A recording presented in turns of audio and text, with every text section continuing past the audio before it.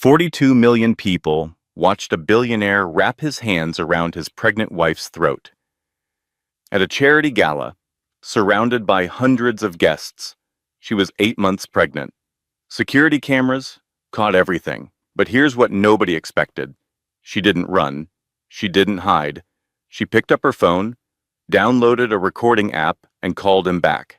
What she did next brought a billion-dollar empire to its knees.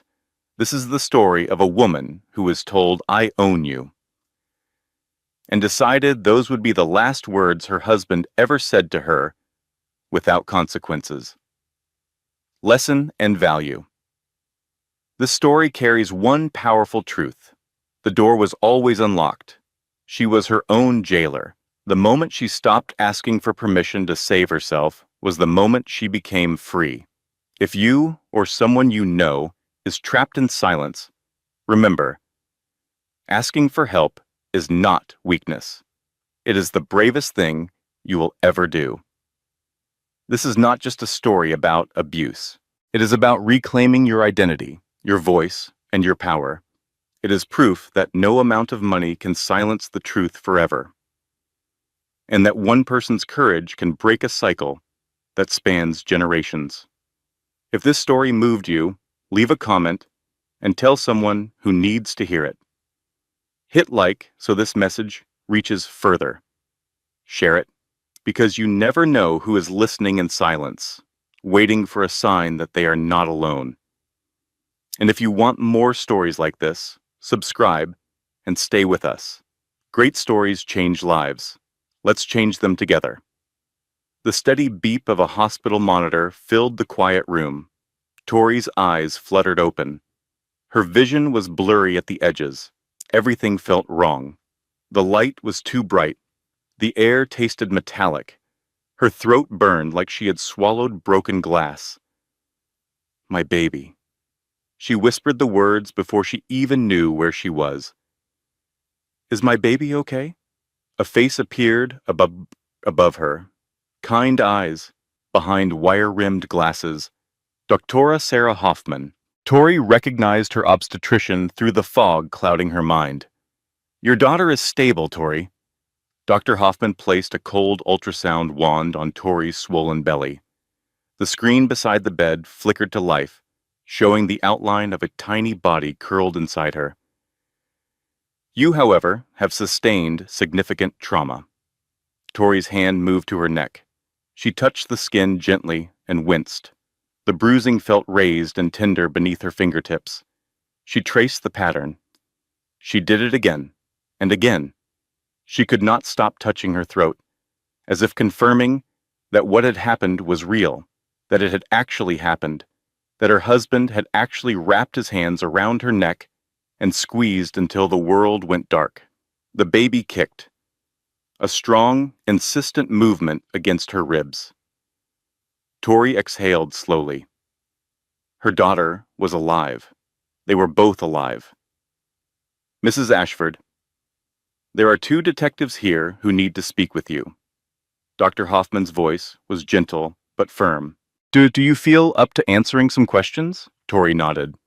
The motion sent pain shooting through her neck and down her spine. 2 people entered the room.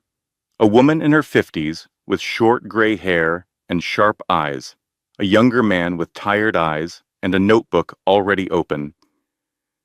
The woman pulled a chair close to the bed while the man set up a recording device on the side table.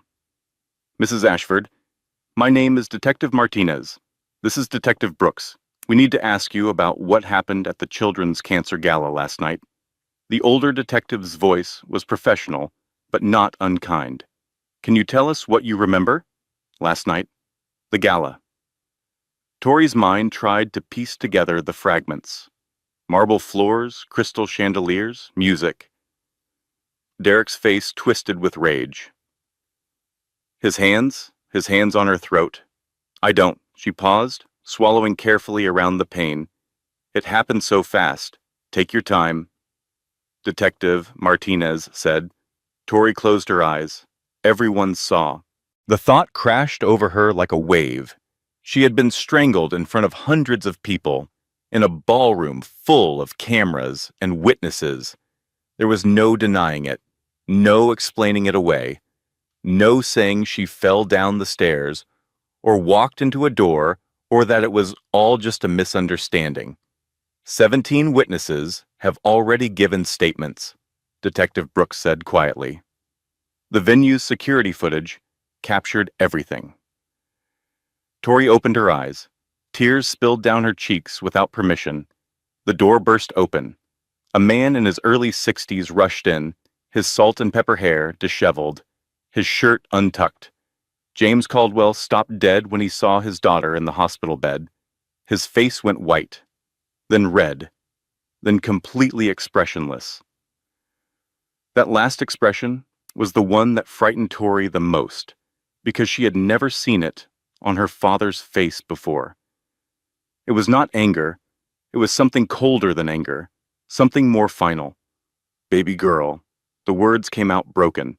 Tori had not heard that nickname in years. Not since before she married Derek. Not since she became Mrs. Ashford and left her old life behind. Daddy. Her voice cracked. He, in front of everyone. I cannot. James moved to the bed and took her hand carefully, avoiding the IV line. His grip was warm and solid, real. She held onto it like a lifeline. I am going to fix this, he said. The way he said it was not a promise. It was a statement of fact, like saying the sun would rise tomorrow. The detectives exchanged glances and quietly gathered their equipment. We will come back later, Detective Martinez said. Get some rest, Mrs. Ashford. After they left, the room fell silent except for the monitor's persistent beeping. James held his daughter's hand and stared at the bruises on her throat. His jaw worked back and forth, but no words came out. He did not need to say anything. Tori could see it in his eyes. Another person appeared in the doorway. Rebecca Morrison, Tori's best friend since college, stood holding a tablet computer. Her mascara was smudged, and her usually perfect hair hung loose around her shoulders. Tori. Becca's voice trembled. I am so sorry. I did not want to show you this. But it is everywhere. She approached the bed reluctantly and held out the tablet. It was posted 4 hours ago. Twitter, TikTok, Instagram. Everyone is sharing it. Tori took the tablet with shaking hands. The video was already playing. Security footage from last night. Black and white, but crystal clear. The camera showed a hallway outside the ballroom. Tori appeared first in the frame, one hand on her pregnant belly, walking slowly in her evening gown. Then Derek followed, his tuxedo perfectly tailored, his face twisted with rage. Tori watched herself turn to face him on the screen. She could not hear the audio, but she remembered every word. His hands reached for her throat. His fingers wrapped around her neck and squeezed. Her eyes went wide on the screen. Her mouth opened, but no sound came out. Her pregnant belly was clearly visible, pressing against Derek as she tried to push him away. He squeezed harder. Her hands clawed at his wrists. Her knees began to buckle. 2 waiters ran into frame. They grabbed Derek's arms and pulled him backward. He released her throat. His face showed no remorse, only fury. The video ended. Below it a number glowed in red. 42 million views. Tori dropped the tablet onto the bed. Her hands were shaking violently. There is more, Becca said quietly. His lawyers gave a statement an hour ago. She picked up the tablet and swiped to a news article. Derek's attorney stood on the steps of their mansion, microphones thrust toward him. Mr. Ashford deeply regrets the altercation that occurred last evening. The lawyer read from a prepared statement. His wife has been experiencing severe pregnancy-related emotional instability for several months. Mr. Ashford is committed to getting his family the help they need during this difficult time. Tori felt her father's hand tighten around hers. The video cut to Margaret Ashford, Derek's mother. She wore a cream-colored suit and pearl earrings. Her face was composed sympathetic, the picture of dignified concern. Tori has been very difficult throughout this pregnancy, Margaret said, dabbing at dry eyes with a tissue. We have all been worried about her mental state. Derek has been under tremendous pressure trying to care for her. They were already spinning the narrative, already making her the villain, the unstable wife, the emotional pregnant woman, the burden. Tori's phone, sitting on the bedside table, began to ring. Private number. She stared at it. 4 rings, 5. James reached for it, but Tori picked it up first. She pressed answer and held it to her ear. Come home, Victoria. Derek's voice was calm, measured, the voice he used with investors and board members, the voice that fooled everyone. We will forget this happened. I will tell everyone it was a misunderstanding. We will move forward. Tori's hand moved to her throat again. She touched the bruises. Real. Undeniable. No, she whispered. I am sorry. I did not hear that. His tone sharpened. What did you say? I said no. Silence on the other end. Then a laugh, short and cold, like ice cracking. You do not get to say no to me, Victoria. I own you. I own that baby. You will come home, or I will make sure you lose everything. The line went dead. Tori lowered the phone slowly. She looked at her father and her best friend. Both of them were watching her with identical expressions of concern and barely contained fury. I am not going back, Tori said. Her voice was stronger now, clearer. Something had shifted in her when Derek said those words. I own you. Something had broken, and something else had taken its place. I am never going back. James leaned forward and kissed his daughter's forehead gently. You will not have to. I promise you that. After Becca left to get coffee, and James stepped into the hallway to make phone calls, Tori was alone for the first time since waking up. She picked up her phone, stared at it. Then she opened the App Store and searched for call recording applications. She downloaded one, tested it, made sure it worked. She did not tell anyone. She did not ask permission. She did not wait for her father or her lawyer or anyone else to suggest it. She just did it, quietly, methodically, because she knew Derek would call again. He always called again. He always needed the last word, always needed to remind her who was in control. Next time, she would be ready. Next time, his own words would become the weapon she used against him. Tori set the phone down on the bedside table. She placed both hands on her belly and felt her daughter kick. We are going to be okay, she whispered. I do not know how yet, but we are going to be okay.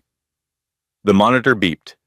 The rain that had been threatening all morning finally began to fall, tapping gently against the hospital window.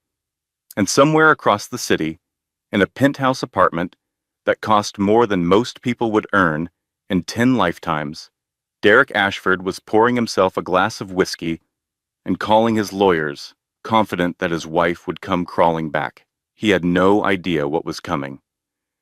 6 hours before the ambulance, 6 hours before the security footage, 6 hours before 42 million people watched her husband try to kill her, Tori stood in front of her walk-in closet, trying to decide what to wear.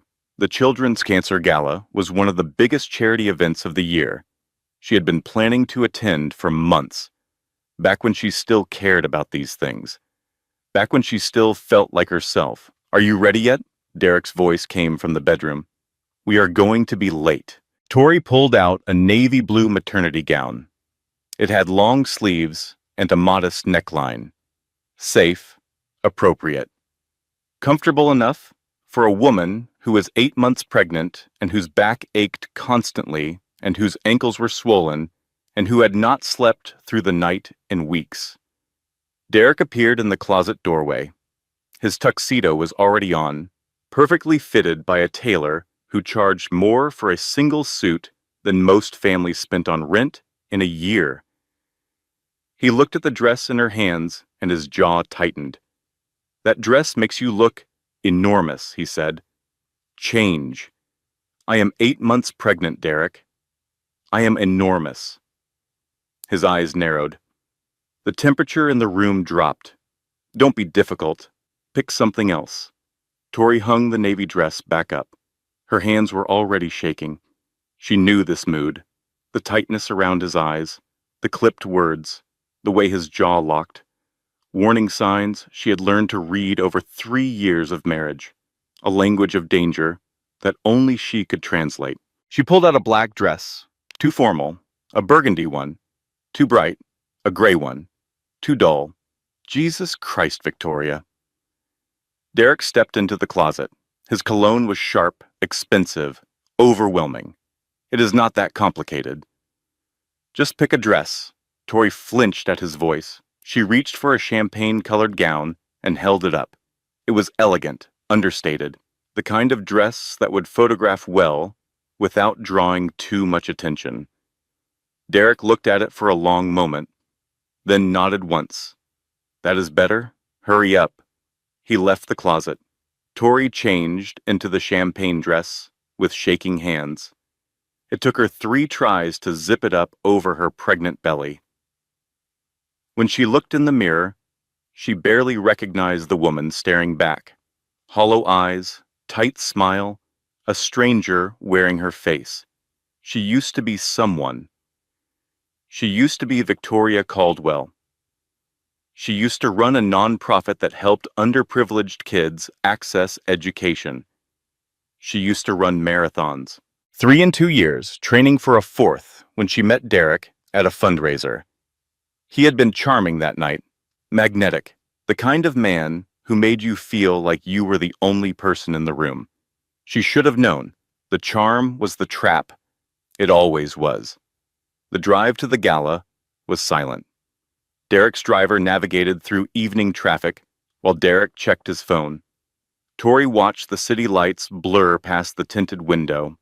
She touched her belly and felt her daughter kick. Strong, insistent, alive. I am sorry, she thought. I am so sorry I chose him. The car pulled up to the hotel entrance. Photographers lined the red carpet 3 deep. Camera flashes exploded like lightning as the door opened. Derek's hand found Tori's elbow as they stepped out. To anyone watching, it looked protective, gentle. The devoted husband helping his pregnant wife. Only Tori felt his fingers digging into her flesh, hard enough to leave marks beneath the fabric. Smile, he whispered through his teeth. Look happy. Tori smiled. The cameras loved it. Mrs. Derek Ashford, pregnant and glowing. The perfect billionaire's wife. Tomorrow, these photos would appear in society pages and celebrity gossip sites and Instagram feeds across the country. The beautiful couple. The fairy tale life.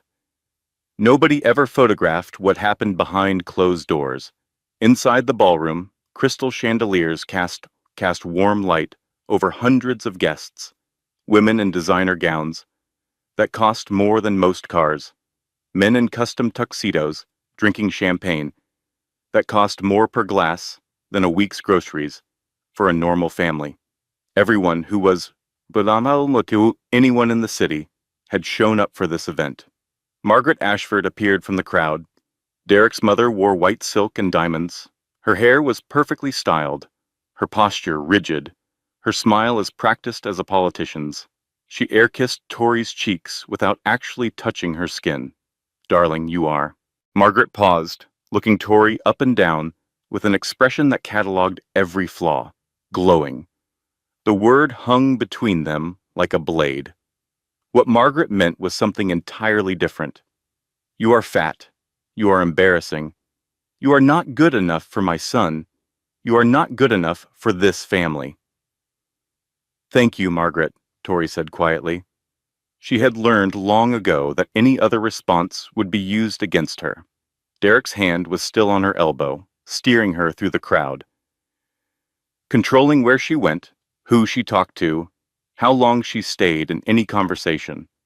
She was not a person, At this party, she was a prop, an accessory, something to be displayed and managed. Then Tori saw someone across the room, and her face lit up genuinely for the first time that evening. Marcus Webb, an investigative journalist she had worked with years ago, back when she ran her own nonprofit, back when she had her own career and her own identity, back when she was still Victoria Caldwell. Marcus! She waved before she could stop herself. He made his way over, smiling warmly. He was in his late 30s, sharp-eyed, the kind of journalist who noticed everything and forgot nothing. Tori, it has been too long. How are you? I am good. Really good. She felt Derek's grip tighten on her arm, but she ignored it. For just one moment, she wanted to be herself. How is the journalism world treating you? Busy. I am working on a piece about corporate accountability right now. Some fascinating stuff. Marcus gestured to her belly. When are you due? 6 weeks. It is a girl. Congratulations. Are you going to go back to nonprofit work after she is born? Tori's eyes lit up. This was the first time in months someone had asked about her own plans, her own future. Not just the baby, or the marriage, or Derek's latest business deal. Someone was asking what Victoria Caldwell wanted. Maybe. I have been thinking about it. There is so much work that needs to be done in youth education, and I really miss. My wife is tired. Derek appeared at her side like a shadow. His smile was tight, controlled, the smile he used when he was furious, but surrounded by witnesses. Pregnancy brain. You know how it is? She does not know what she's saying. Actually, I was just... Tori started. Derek's hand moved from her elbow to her upper arm, his fingers pressed into the muscle hard enough to leave bruises. Hard enough that she gasped. But softly, so that only she and Derek heard it. Excuse us, Marcus. Nice to see you. He pulled Tori away from the conversation. She stumbled slightly, her center of gravity thrown off by her pregnant belly. Derek did not slow down. I need to use the restroom, Tori said when they were far enough from Marcus. Fine. Don't take forever. She made her way through the crowd toward the hallway that led to the bathrooms. The noise of the gala faded behind her. Her heels clicked on marble floors. The hallway was quieter here, cooler, the sounds of the party muffled by thick walls. She pushed open the restroom door and locked herself in a stall. Her hands were shaking again. She took deep breaths, trying to calm the racing of her heart. The baby kicked repeatedly, as if sensing her mother's distress. It is okay, Tori whispered, rubbing her belly in slow circles. It is okay. We are okay. She did not believe her own words. She had not believed them in a very long time. After a few minutes, she emerged from the stall. She washed her hands and checked her reflection in the mirror. Makeup still perfect, hair still in place, the bruise forming on her upper arm hidden beneath the champagne fabric. On the outside, she looked fine. She always looked fine. Tori stepped back into the hallway. Derek was waiting there. Her stomach dropped. He was leaning against the marble wall with his arms crossed. His bow tie was slightly loosened. He had been drinking. She could tell by the slight glaze in his eyes, the flush on his cheeks, the way he held himself just a fraction too carefully. You made me look like an idiot, he said. His voice was low, controlled, dangerous, talking to that reporter about going back to work, like you have any idea what you are talking about. I was just making conversation, Derek. He is an old friend. I do not care who he is. You do not get to have opinions in public. You do not get to contradict me. You do not get to talk about your little charity project like it matters. I was not contradicting you. I just... Shut up. He stepped closer. His shadow fell over her. He was 6'2" and had 80 pounds on her, and she was 8 months pregnant with swollen ankles and a center of gravity that made it hard to stand straight. She had never felt smaller. Do you know how embarrassing it is to have a wife who cannot keep her mouth shut, who acts like she is still some nobody running a failed charity? Derek, people are right inside. They can hear his hand shot out and grabbed her throat. Tori's back hit the cold marble wall. The impact knocked the air from her lungs. The chandelier overhead swayed slightly, casting dancing shadows across the hallway. Derek's fingers pressed into her windpipe, not gradually, not with warning. He went from 0 to full force in less than a second. She could not breathe. She clawed at his hands, trying to pry them away. Her nails scratched at his wrists. Her feet scrambled for purchase on the smooth marble floor. The baby kicked frantically inside her, each movement like a tiny scream. Derek's face was inches from hers. His breath smelled like whiskey and hatred. His eyes were black holes. "You are nothing without me." He squeezed harder. Tori's vision started to blur. Gray spots appeared at the edges, multiplying, spreading. Her knees buckled, but Derek's grip held her up against the wall, pinned there like a butterfly on a board. She was dying. She was dying in a marble hallway at a charity gala, 8 months pregnant, in a champagne-colored dress that her husband had picked out for her. And the last thing she would ever see would be his face. Then voices, running footsteps, the sound of shoes on marble. "Hey, stop. Someone call 911. 2 waiters appeared, young men in white shirts and black vests. They grabbed Derek's arms and yanked him backward with force. His hands released Tori's throat. She crumpled to the floor, gasping, choking. The air rushed back into her lungs like fire. Her hands went to her belly immediately, checking, feeling, pressing. The baby kicked. Thank God. The baby was still moving, still alive, still fighting. People crowded into the hallway. Someone was calling for an ambulance, and someone else was taking photos with their phone. Derek was being held back by 3 men now, all of them struggling to control him. His face was red. His eyes were wild. He was not sorry. He was not ashamed. He was furious that he had been interrupted. Tori looked up through tears. She saw Margaret Ashford standing at the edge of the growing crowd. Derek's mother had her phone out, held up, at chest level. She was recording. Not calling for help, not rushing to her daughter-in-law's side, not trying to stop her son. She was recording the aftermath, filming Tori on the floor, filming Derek, being restrained. Their eyes met for just a moment. Margaret's expression was blank, empty. The face of a woman who had seen violence before and had learned to simply watch it happen.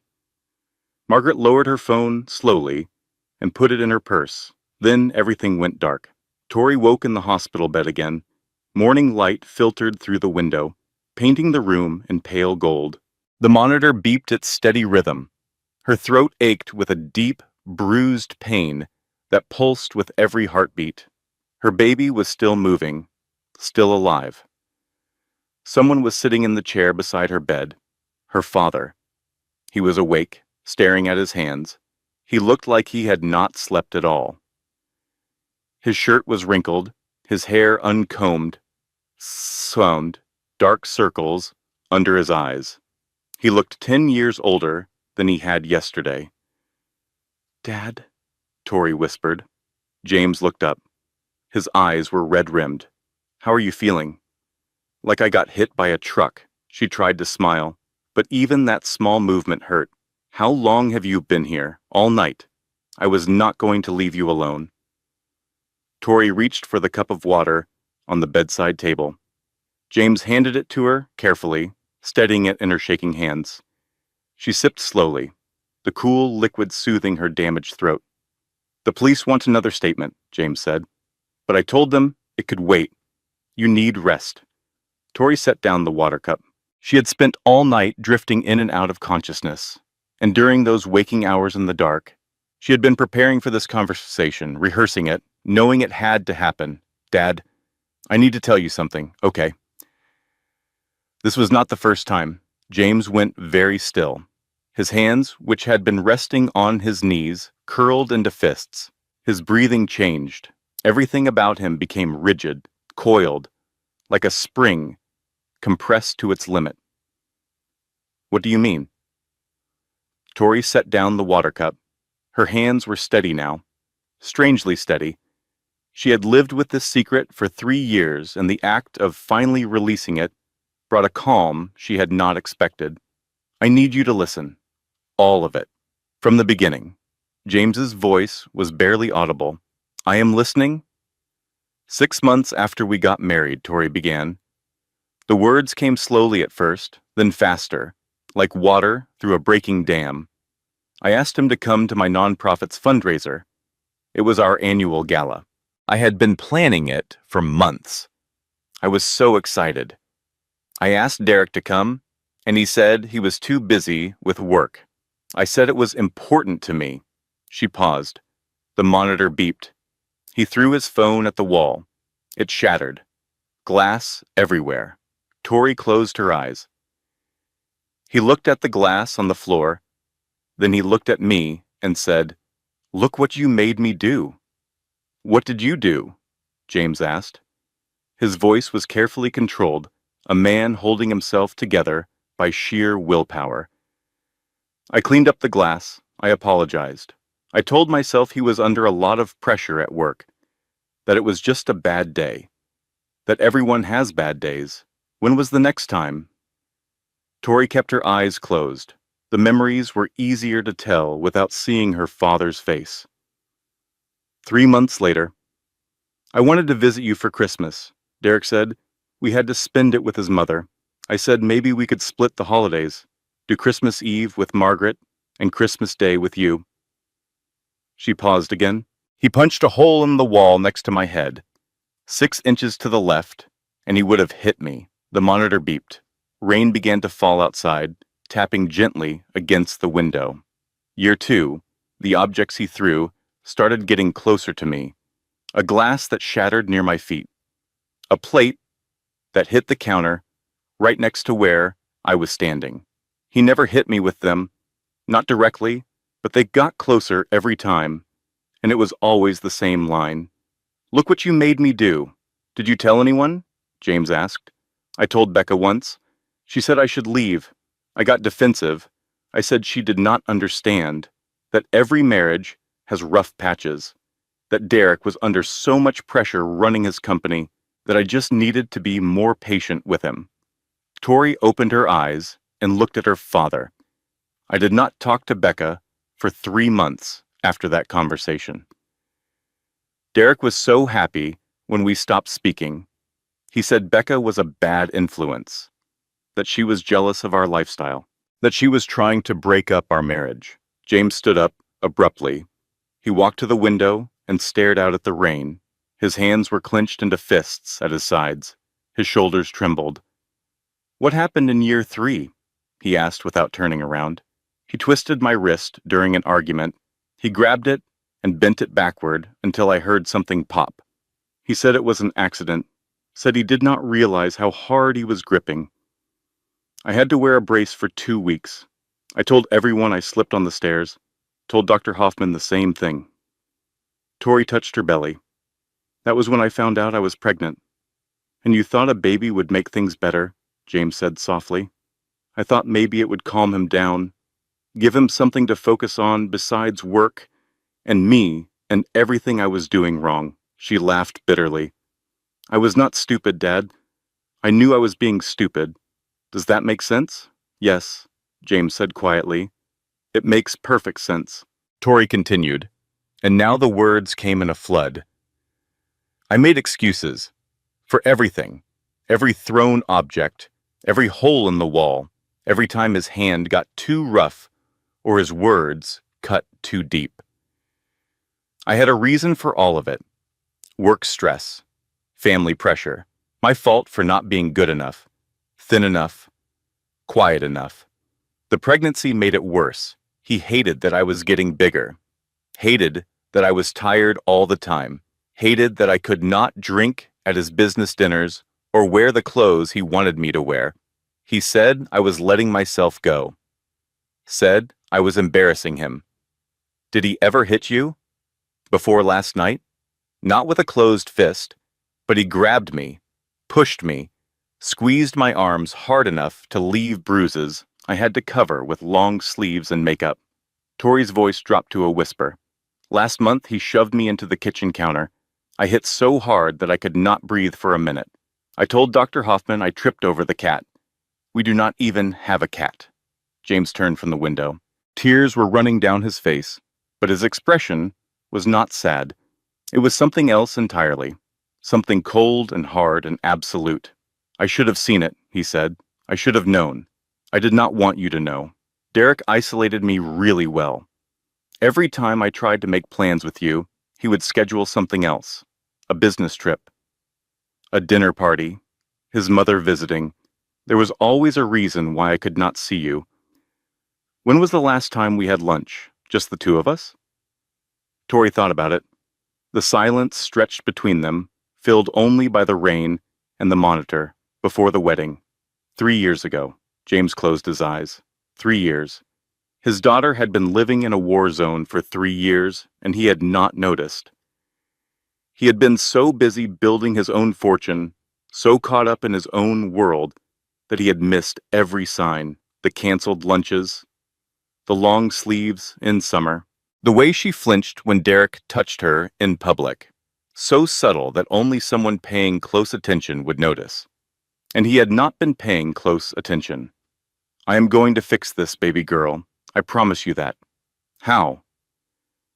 He is a billionaire, Dad. He has lawyers and PR people and connections everywhere. James sat back down next to the bed. He took his daughter's hand. And I have $800 million and 30 years of connections in this city. I know every investor, every board member, every person who matters in Derek's world.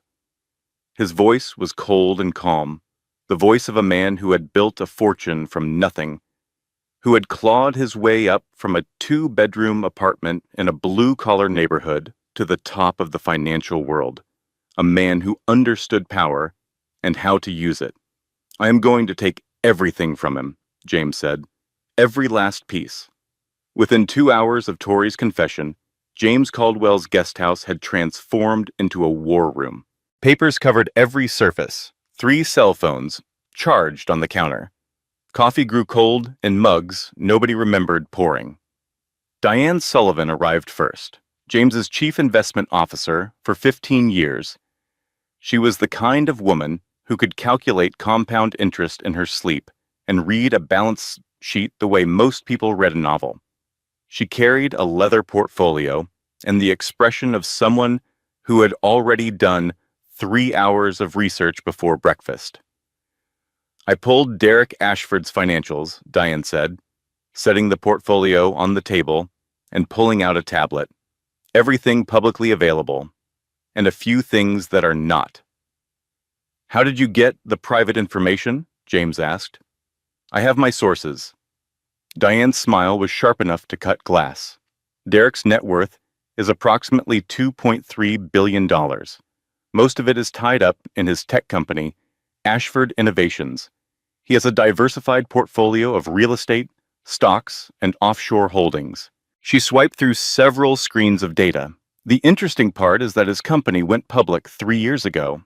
That means he is beholden to shareholders and a board of directors. If his stock price drops significantly, he loses control of his own company. What would cause the stock to drop?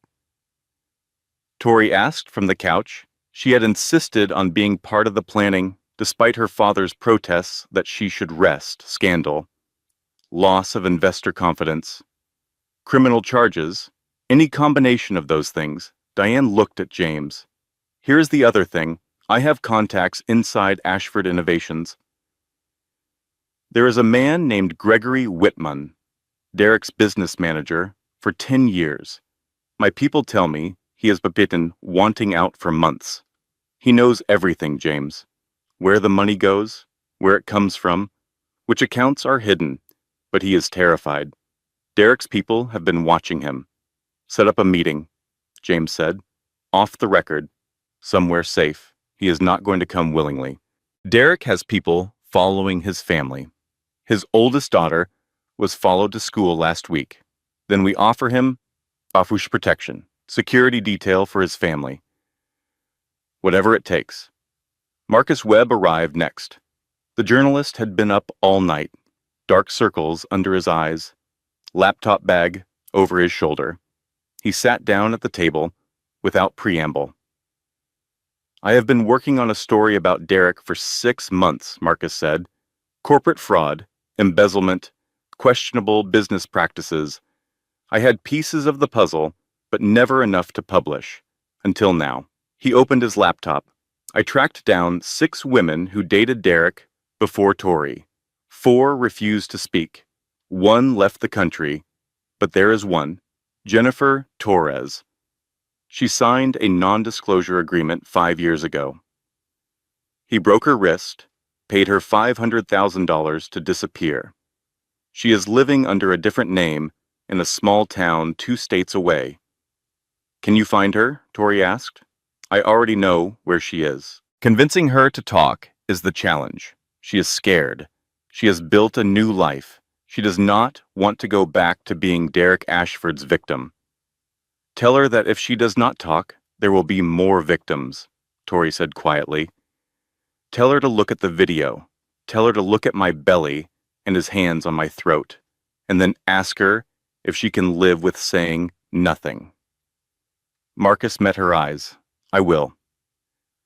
The last piece of the team arrived that afternoon. Catherine Mills, divorce attorney, 55 years old, known in legal circles as the executioner. She had a reputation for destroying abusive husbands in court, and she had the track record to prove it. 12 consecutive custody victories in domestic violence cases. 0 losses. Catherine sat down, reviewed the evidence assembled so far, and immediately laid out the ticking clock that would define everything that followed. Listen to me carefully, she said. All of you, Tori is due in 4 weeks. We need to file for emergency custody before that baby is born. Once the child arrives, Derek can file for immediate access. If he files first, a judge could grant him temporary custody while the case is decided. We cannot let that happen. She looked at Tori. I pulled some strings. We have Judge Patricia Brennan assigned to the case. She has a zero-tolerance policy on domestic violence. But Brennan is also scrupulously fair. She will not rule in our favor on emotion alone. We need evidence that is bulletproof. 4 weeks, Tori. That is all we have. For the first time since the gala, something that felt almost like hope flickered in Tori's chest. She had a team. She had a plan. She had people willing to fight for her. But hope, she had learned, was a dangerous thing. Hope made you let your guard down. Hope made you believe that things might actually work out. Derek's counterattack came 48 hours later. It was coordinated, professional, brutal. First, Tori's medical records appeared on gossip websites. Not her real records. Fabricated notes about emotional instability, suicidal ideation, and paranoid delusions. A psychologist who had never met Tori, never treated her, never been in the same room with her, appeared on a morning talk show expressing concerns about postpartum psychosis risk. Then Derek froze all their joint bank accounts, checking, savings, credit cards, investment accounts, everything. Tori opened her banking app with shaking hands and stared at her personal account balance. $300. That was everything she had in the world. The hashtag Gold Digger began trending worldwide. Thousands of people who had never met her, never spoken to her, never spent a single minute in her presence were calling her a liar, a manipulator, a woman who trapped a good man with a pregnancy and was now trying to destroy him. Someone sent a photo to her phone. A surveillance photo of Tori leaving Dr. Hoffman's office, taken from across the street with a long lens, Below it, a message. We are watching you. Come home. And then the worst blow landed. Derek's lawyers sent a cease and desist letter to Dr. Hoffman's medical practice, threatening a lawsuit for allegedly releasing confidential patient information. They demanded that she recant her preliminary assessment of Tori's injuries. They suggested, in the careful language of legal threats, that perhaps the injuries were self-inflicted. Diane called James that evening. Her voice was flat with defeat. Gregory Whitman backed out. Derek's people got to him. Someone followed his daughter to school again. His wife is threatening to leave him if he cooperates with us. He is too scared to talk. James hung up the phone. He stood in his study and stared at the wall for a long time. Then he called Catherine. They are targeting everyone, he said. Everyone who helps her becomes a target. That is how abusers operate, Catherine replied. They isolate. They threaten. They make the cost of resistance higher than the cost of surrender. In her room in the guest house, Tori lay in bed staring at the ceiling.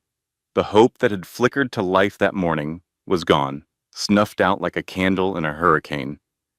She picked up her phone at 2 a.m. Dad, can I sleep in the main house tonight? I do not want to be alone. Of course. Come over right now. She walked the short path between the guest house and the main house. The night was cold and clear. Stars scattered across a black sky. Normal sounds of the city in the distance. A dog barking, a car alarm, the whisper of wind through trees. But Tori felt eyes on her, watching, following. She walked faster. The ticking clock read 26 days, days blurred together in a haze of anxiety and exhaustion. Tori stopped leaving her father's property. There was no reason to go outside, and plenty of reasons not to. News vans camped outside the gate. 20, sometimes 30. Reporters shouting questions every time the gate opened. Paparazzi hiding in bushes, with telephoto lenses, photographing her through windows. Protesters with signs that read "Derek is innocent" and "Gold Digger." Someone left a dead rat on the doorstep. A real rat, body stiff, eyes glazed. A note tied to its tail with string. "Gold Digger." James found it before Tori did. He threw it away without saying anything, but she saw his hands shaking. Tori retreated to the nursery her father had set up in the guest house. She painted the walls a soft yellow. She organized tiny clothes by size and color and season. She folded and refolded baby blankets until the edges were perfect. She built the crib herself, even though she was 8.5 months pregnant and could barely reach the screws, because building something felt like the only productive thing she could do. Becca found her one afternoon sitting on the nursery floor surrounded by baby socks. 2 nearly identical white pairs. One had pink trim, the other had pink polka dots. They were almost the same, but not quite, and Tori had been sorting them for 2 hours. "Tori, what are you doing?" Becca stood in the doorway with takeout bags and concern written across her face. "Organizing." Tori held up the socks. "These ones have pink trim. These ones have pink polka dots. They should not be mixed together. Okay. But you have been organizing those same socks for 2 hours. I need them to be right." Becca set down the takeout bags. She lowered herself to the floor beside her friend, sitting cross-legged among the piles of tiny clothes. She took the socks gently from Tori's hands and set them aside. "Talk to me. Really talk to me." Tori's hands immediately reached for another drawer to sort. Becca stopped her. "Tori, I am fine. I just need everything to be organized before the baby comes. I need to have control over something." Her voice cracked. "Because I cannot control anything else." And then it all came pouring out. The news is saying I am crazy. Derek's lawyers are threatening to take my baby. His mother is on television every day calling me a liar. Someone left a dead rat on Dad's doorstep yesterday with a note, and She pressed her hands against her eyes. I cannot stop organizing these stupid socks. She was crying now. Not the quiet, controlled tears she had shed in the hospital. Real crying, ugly crying, the kind that came from a place so deep it felt like drowning. Becca pulled her into a hug. You are not fine, and that is okay. You do not have to be fine right now. I am supposed to be strong. For the baby, for my dad, for everyone who is helping me. Being strong does not mean not breaking down. It means breaking down and then getting back up. Becca held her tighter. Let yourself fall apart for a minute. I have got you. Tori sobbed into her best friend's shoulder. All the fear and anger and grief she had been holding back for weeks poured out of her. She cried for the marriage she had thought she would have, for the man she had thought Derek was, for the woman she had been before she became Mrs. Ashford, for the future she had imagined that would never exist now. When the tears finally stopped, she felt emptied out, hollow, but also somehow lighter.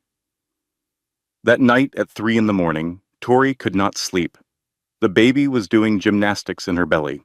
She got out of bed and walked to the nursery. The room was dark, except for moonlight through the window. She sat in the rocking chair and looked around at everything she had prepared.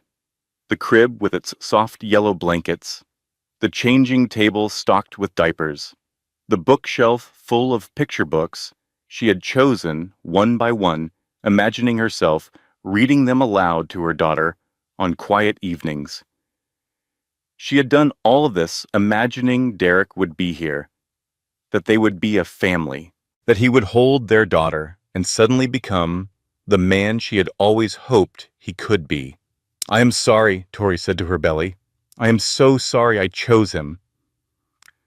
The baby kicked in response. Tori picked up a tiny onesie, white with yellow ducks. She folded it carefully, then unfolded it and folded it again. Her hands needed something to do. I used to run marathons before I met your father. Did you know that? I ran 3 marathons in 2 years. I was training for a 4th when I met Derek at a fundraiser. He was charming, magnetic. Everyone in the room wanted to talk to him, and he was talking to me. Fold, unfold, fold again. He said marathons were a waste of time, that I should focus on more important things, things that mattered to us, to our future. So I stopped running. I gave away my running shoes. I canceled my race registrations. I told myself it was a sacrifice I was making for love.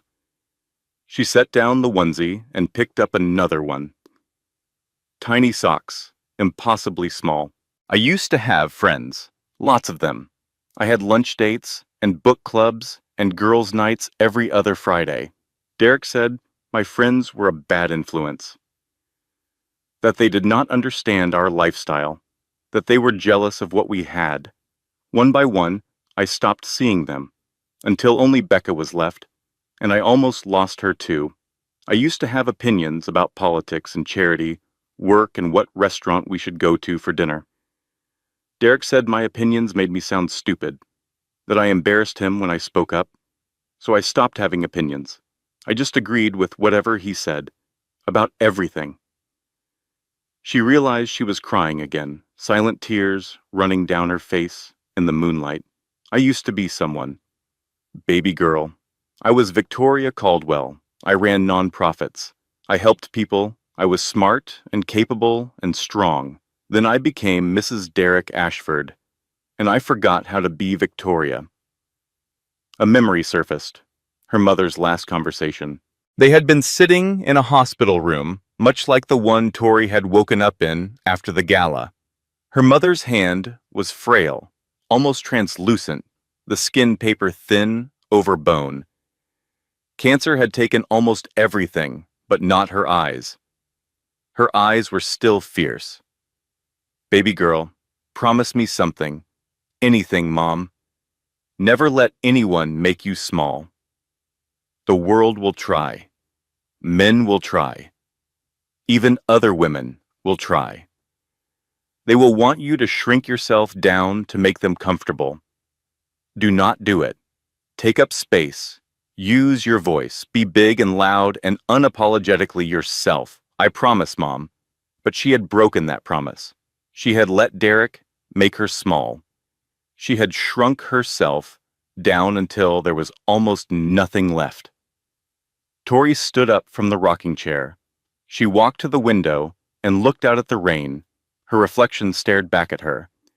Tired eyes, bruises fading on her throat, a pregnant belly that seemed impossibly large, but she was still here, still standing, still breathing. I broke my promise, she said to her mother's memory, but I can fix it. I can be big again, for both of us. The ticking clock read 22 days, and somewhere in the back of her mind, an idea was forming, something nobody had suggested, something nobody would expect, something she would do entirely on her own. Tori could not sleep. She lay in bed at 4 in the morning, scrolling through her phone while the baby shifted and kicked. She was thinking about something Diane had mentioned in passing during their first meeting. Gregory Whitman had let slip, before he backed out, that Derek had a mistress, a model, company money, paying her rent, expensive gifts, a luxury apartment downtown. Tori opened Instagram. She searched Derek's public account. It was polished and curated. Photos of him at charity events, at conferences, at his gleaming office. Nothing out of place. She searched his tagged photos, his following list. Nothing obvious. Then she remembered. Derek always had a second phone. He kept it in the safe in his home office. She had seen him check it late at night when he thought she was asleep. She had never asked about it because she knew better than to ask Derek questions he did not want to answer. Her phone buzzed. An unknown number. Tori stared at it, her heart hammering. She answered. A woman's voice, older, shaking, as if the person on the other end was terrified of being heard. Check his second account. The username has DA and numbers. The line went dead before Tori could respond. She stared at the phone for a long time. She did not know who had called, but the voice had been familiar, in a way she could not place. Not someone she knew well. Someone she had heard before, perhaps on television or across a crowded room. She started searching. DA2019, DA private, DA8834, account after account, none of them right. Then she found it. A private account with 3 followers. One of them was a model named Amber Collins. Tori scrolled through Amber's public page. She was 26.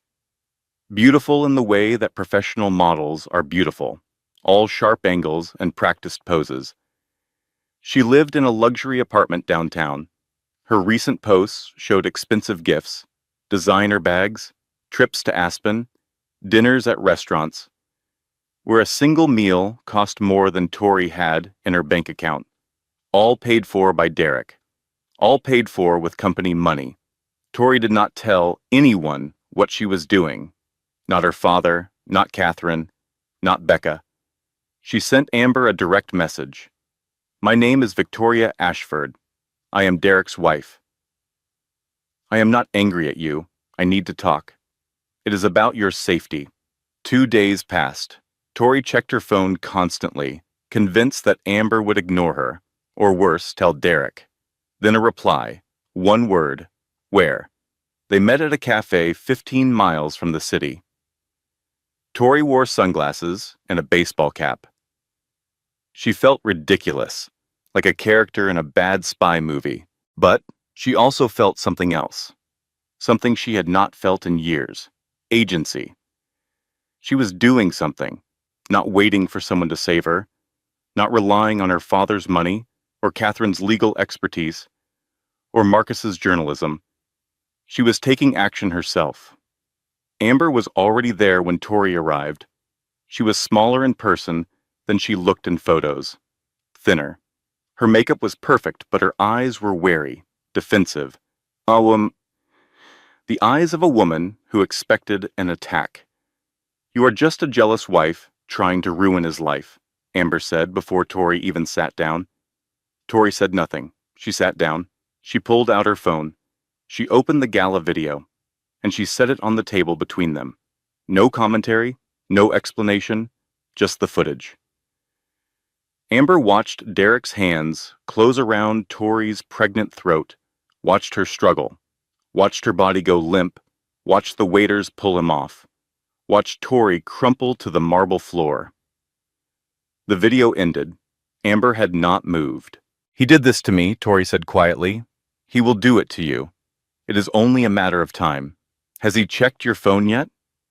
Has he told you which friends are bad influences? Has he criticized what you wear? Has he said, 'Look what you made me do'?" Amber's face changed. Something flickered across it. Recognition, fear, the beginnings of understanding.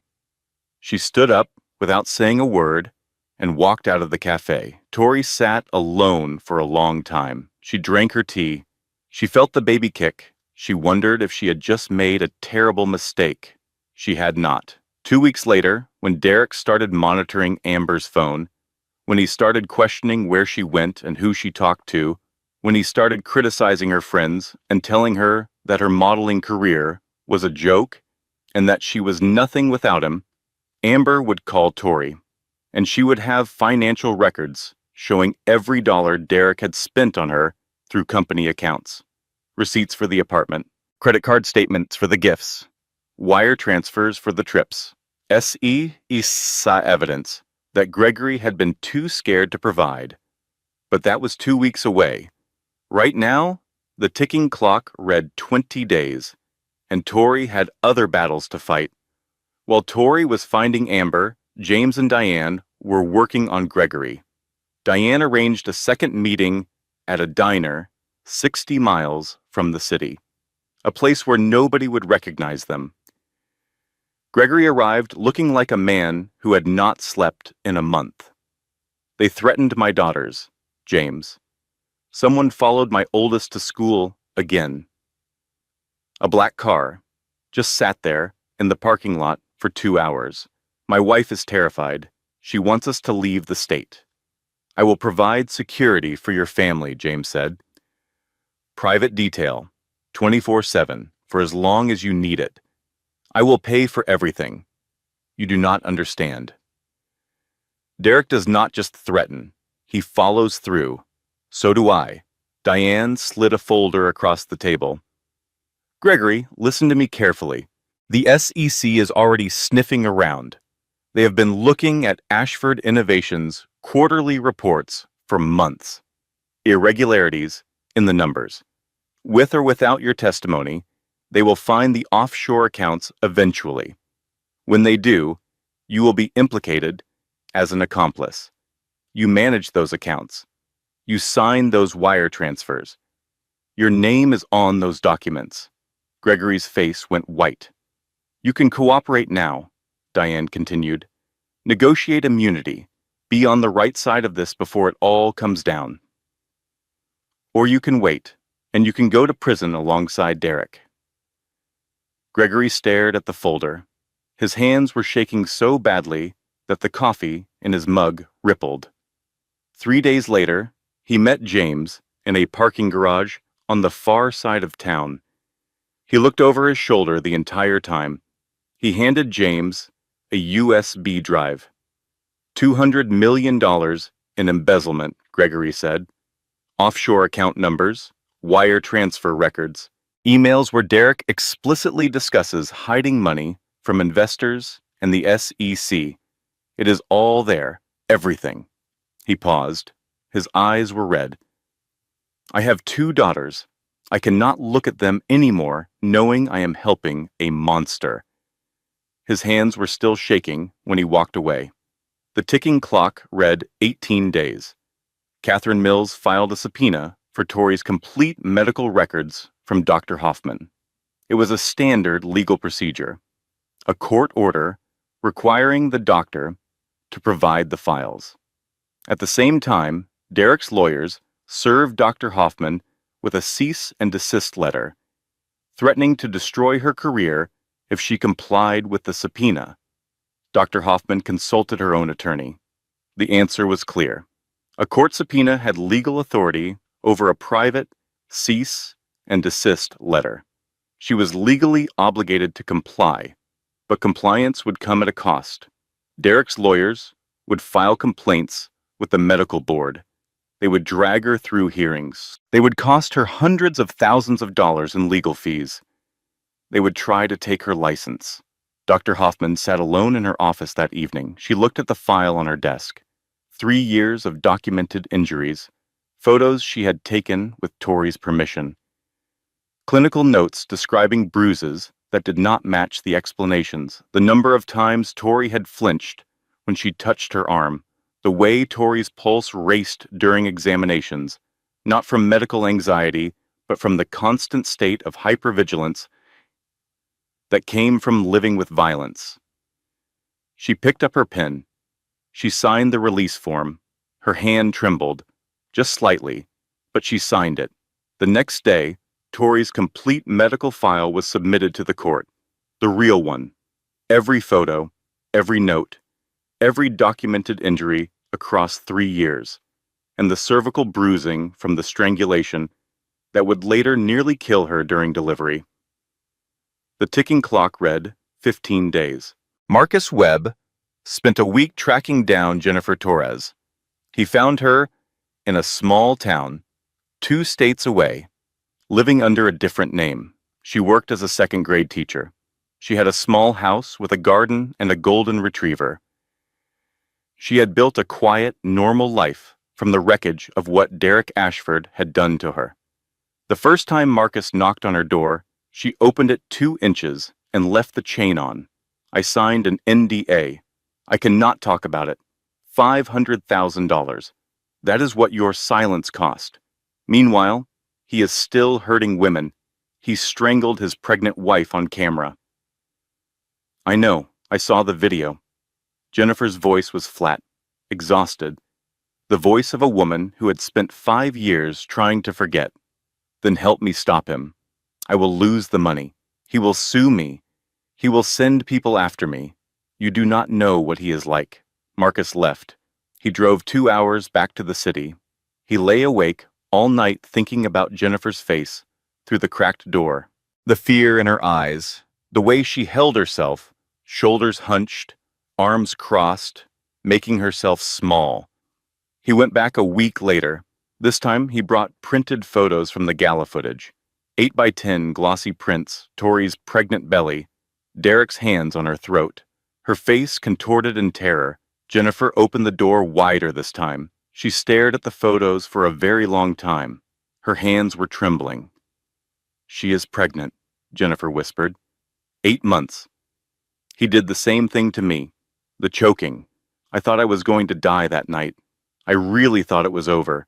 He broke my wrist when I tried to fight back, snapped it like a twig.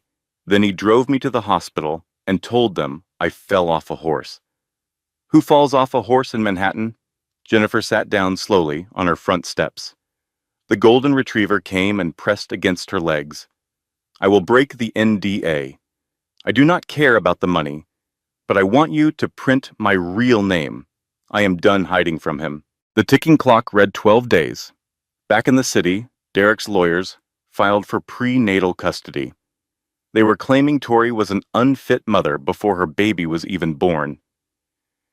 3 psychiatrists who had never met Tori submitted evaluations diagnosing her with borderline personality disorder and postpartum psychosis risk.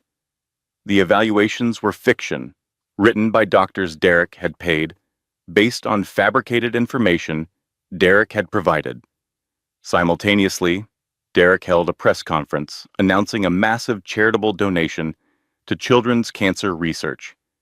The cameras captured him standing at a podium with tears in his eyes, looking humble and generous and deeply misunderstood. In light of recent personal difficulties, I want to refocus on what truly matters: helping children in need. My wife and I have had our struggles, but I want to move forward with grace and compassion. He said, my wife, as if they were still together, as if he had not tried to kill her. The public narrative shifted. Comments flooded social media. Maybe she is unstable. He seems so genuine. She probably provoked him. Every marriage has two sides. Catherine called an emergency meeting. He is not just fighting the custody case, he is rewriting reality. And it is working. We need to file our petition tonight. And Marcus, that article needs to drop now, before he controls the narrative completely. But here was the despair that kept Tori awake at night. To win, she would eventually have to testify. She would have to sit in a courtroom and describe every detail of 3 years of abuse, while Derek sat 10 feet away. The man who strangled her would be watching her tell the world how he strangled her. Tori vomited in the bathroom. Becca held her hair back. I cannot do this, Tori said, her face pressed against the cool tile of the bathroom floor. You can. You have survived worse than a courtroom. Have I? That night, after everyone had gone to bed, Tori did something no one expected. She picked up her phone. She opened the recording app she had downloaded in the hospital days ago, and she called Derek. Her hands were shaking so badly, she almost dropped the phone. But she dialed the number. She pressed it to her ear. She waited. Derek answered on the second ring. His voice changed instantly when he heard her. The investor voice, the charming voice, the voice that fooled everyone. Victoria, I am glad you called. I have been worried about you. I have been thinking about what you said, about coming home. That is all I want. For our family to be together. You and me and our little girl, the way it was supposed to be. Tori kept her voice steady. Every word was calculated. She had rehearsed this conversation in her mind 100 times. She knew exactly which buttons to push. She knew Derek better than anyone, and she knew that his greatest weakness was his inability to resist gloating. But I need to know something first. If I come back, what happens to the people helping me? My dad? My lawyer? Derek's mask slipped, just for a moment. But a moment was all she needed. Your father is going to regret what he started. I will bury him. Catherine Mills will never practice law again. I have people pulling her financials right now, looking for anything we can use. And that reporter, Marcus Webb, I have already got people looking into his background. Everyone who crossed me is going to pay. What about Gregory? He quit. Gregory is a dead man walking. He thinks he can hide? I know where his daughters go to school. Lincoln Elementary, 3rd grade and 5th grade. I know their names. I know what time they get picked up. Tori's hands were shaking so violently, she thought she might drop the phone, but her voice stayed even, perfectly controlled, the performance of her life. Okay. I understand. I just needed to know. So you will come home? I will think about it. She hung up. She saved the recording. She sat in the dark for 5 minutes, breathing. Then she forwarded the file to Catherine with a single message. He threatened Gregory's children by name. He threatened Dad. He threatened you. He threatened Marcus. All on recording. Catherine called her back within 60 seconds. Where did you get this? I called him. I recorded it. Silence on the other end. Tori, Catherine said slowly, this is witness intimidation. Threatening minors. Criminal behavior documented in his own voice. This is going to play in a courtroom, and he will not be able to explain it away. Good, Tori said. She had done this herself. No one had told her to. No one had planned it. She had weaponized the one thing Derek never expected. Her willingness to hear his threats one more time. Her willingness to walk back into the fire and come out carrying the evidence that would burn him. The ticking clock read 10 days. At 9 o'clock on a Tuesday evening, Marcus Webb's article went live on the website of one of the country's largest national newspapers. The headline read, The Real Derek Ashford. a pattern of violence, abuse, and financial crime. It was the product of 6 months of investigation, compressed into 12,000 devastating words. 4 ex-girlfriends on record, all describing identical patterns.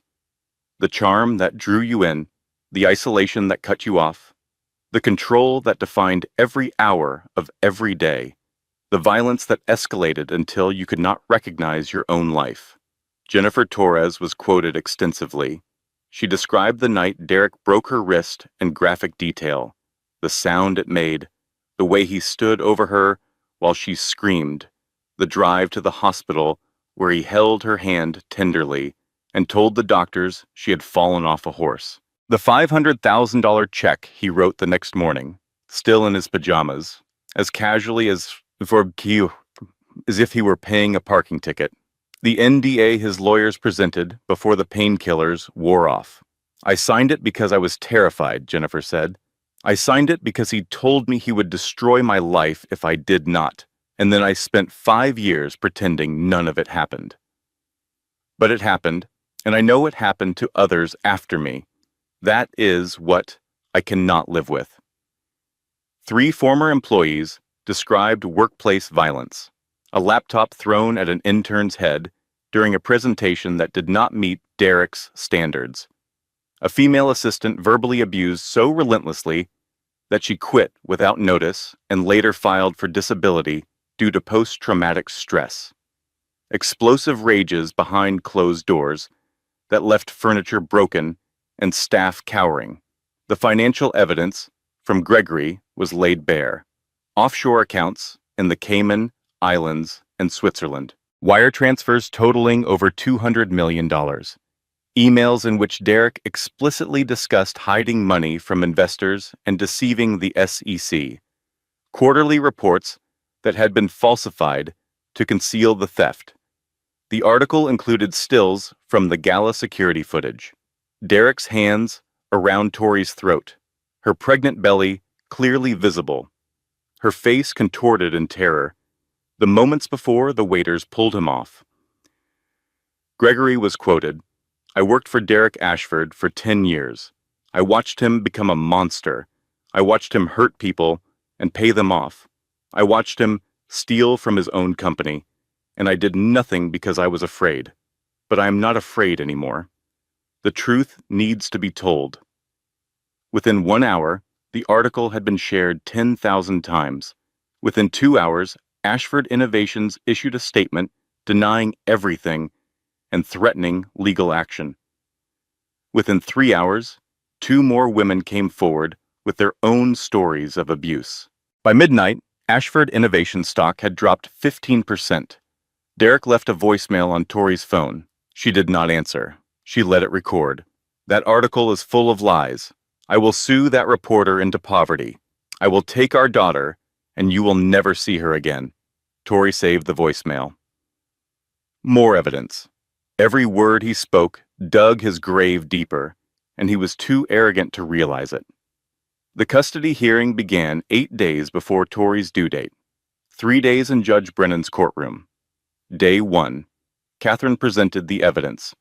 Medical records from Dr. Hoffman, 3 years of documented injuries, clinical photographs showing bruises on arms, ribs, wrists, notes describing a patient who flinched at unexpected touch, documentation of cervical bruising from the strangulation at the gala, witness statements from 17 people who had been at the gala, all of them describing the assault in graphic detail. Several mentioned that Derek had been drinking heavily throughout the evening. 2 said they had heard him making threatening comments about Tori earlier in the night. The security footage, played on the courtroom's large screen. No sound, just the silent, undeniable images. Derek following Tori, his hands on her throat, her body going limp, the waiters pulling him off, Tori collapsing to the floor. Gregory Whitman's financial testimony, bank statements, wire transfers, email chains, $200 million that could not be accounted for through legitimate business operations. Jennifer Torres, on the witness stand, her voice steady despite her trembling hands. The broken wrist, the NDA, the payoff. The 5 years of silence and shame, 3 former employees describing explosive rages and workplace violence. And then Catherine played Tori's recording, Derek's own voice filling the courtroom, threatening her father, threatening her lawyer, threatening Marcus Webb, threatening Gregory's children by name. The courtroom went completely silent. Even Derek's lawyers stopped writing. Day 2, Derek's defense. 3 psychiatrists who had never met Tori were dismissed by Judge Brennan within minutes. Unless you have personally evaluated Mrs. Ashford, I am not interested in your speculation about her mental health. Margaret Ashford took the stand.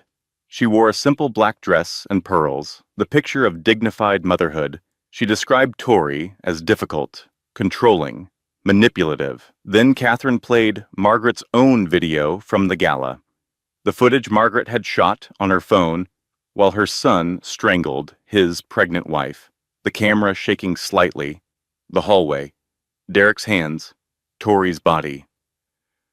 Margaret filming it all. You recorded your son attempting to murder his wife, Catherine said, and you did nothing. You did not call for help. You did not try to stop him. You did not put down the phone. You just kept filming. I was in shock, Margaret whispered. Or perhaps you were gathering footage to use against Victoria later. Margaret's composure shattered. She had no answer. Day 3. Judge Brennan reviewed everything. Then she delivered her ruling. The evidence presented by Mrs. Ashford's legal team is overwhelming and deeply disturbing. Multiple witnesses testified to a consistent pattern of violent, controlling, and abusive behavior by Derek Ashford spanning more than a decade.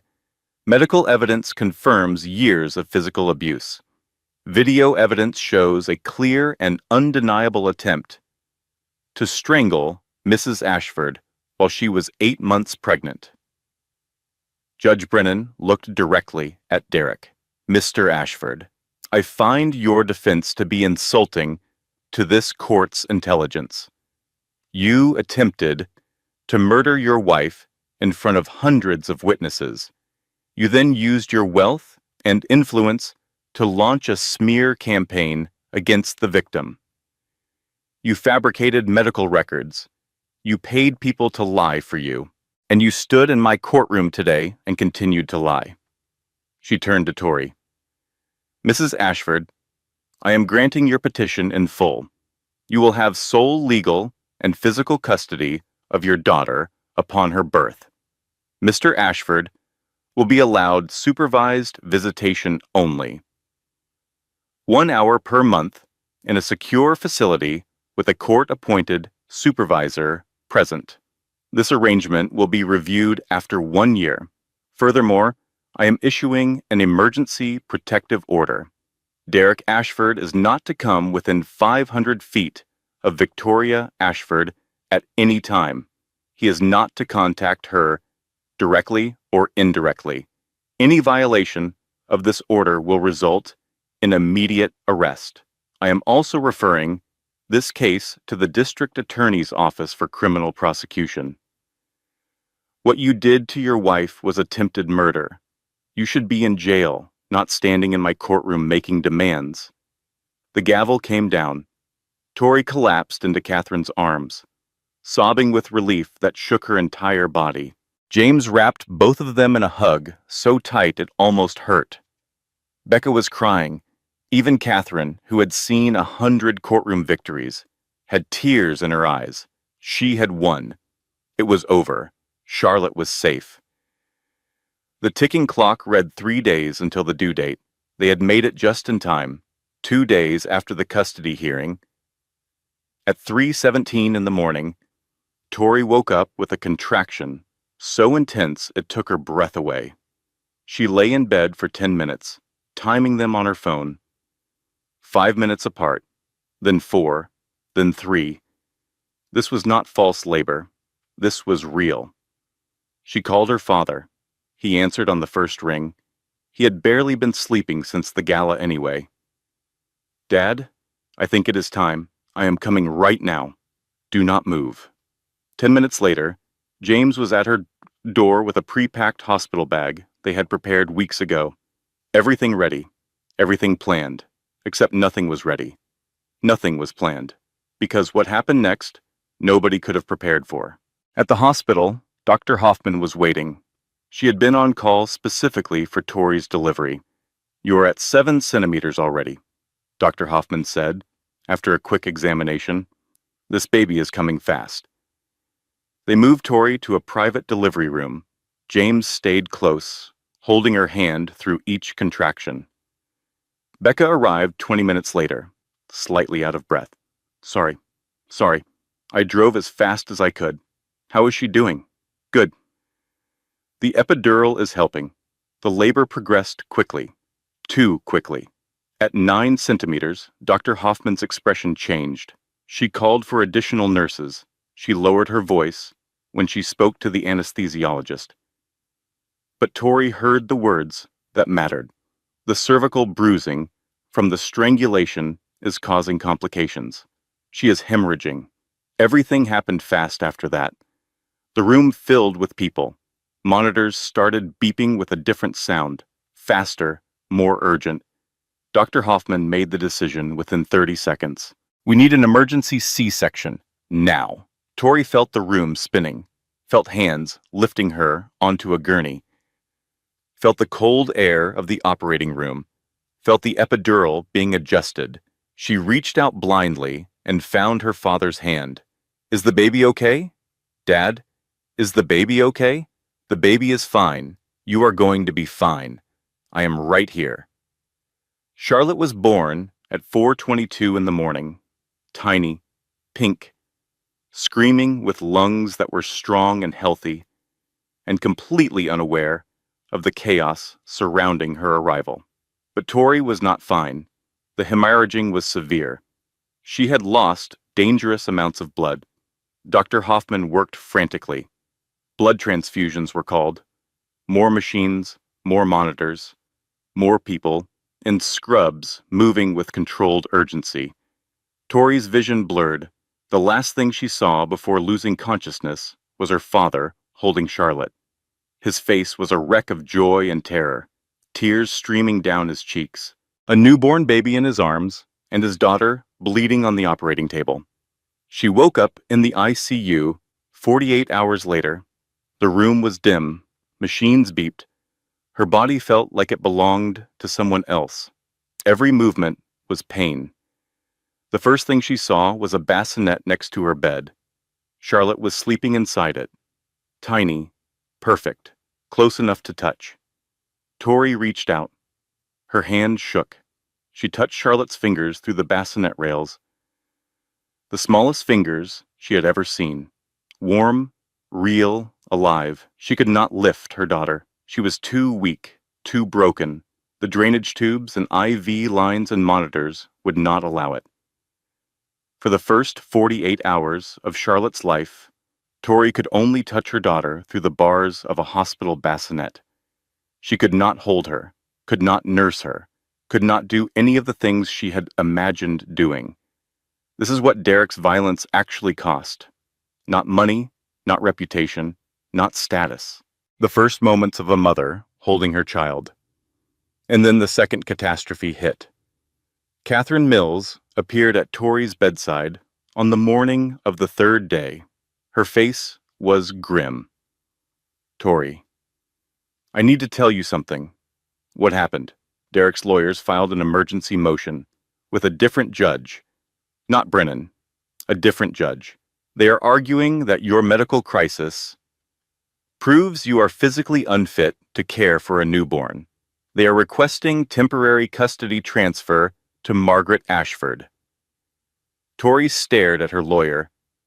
She was lying in an ICU bed. She had drainage tubes in her abdomen. She had lost enough blood to nearly die. She had not held her daughter yet. "We have 24 hours to respond." And the third catastrophe came the same day. Gregory Whitman was found beaten unconscious in a parking garage. His laptop, which contained backup copies of all the financial evidence, was stolen. An anonymous tip to the police suggested a random mugging, but everyone involved knew the truth. Derek might be under a protective order. He might be facing criminal charges. He might be losing his fortune. But he still had people willing to do violence on his behalf. People who would beat a man unconscious in a parking garage and steal his laptop on command. Tori lay in her ICU bed. She could not walk. She could not hold her daughter. Gregory was in a coma down the hall. A different judge was reviewing a motion to take Charlotte. Her father was pacing the hallway, looking older and more defeated than she had ever seen him. Becca brought Charlotte to the bedside, placed the bassinet where Tori could reach. Tori slipped her fingers through the bars and touched Charlotte's tiny hand. The baby's fingers wrapped around hers instinctively. Warm, impossibly small, impossibly strong. "I won the hearing," Tori whispered. "I had the evidence. I had the judge's ruling, and none of it mattered. He is still coming for us. He will never stop." "Then we do not stop either," Catherine said. She set her briefcase on the bedside table. She pulled out a laptop and legal documents. "Can you sign papers?"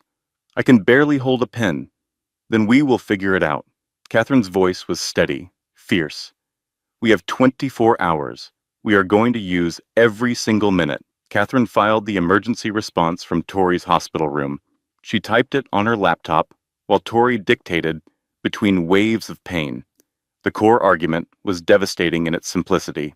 Mr. Ashford strangled his wife so severely that it caused cervical bruising, leading to delivery complications. He is now using those complications, which he caused, to argue she is unfit. This court should not reward an abuser for the damage he inflicted.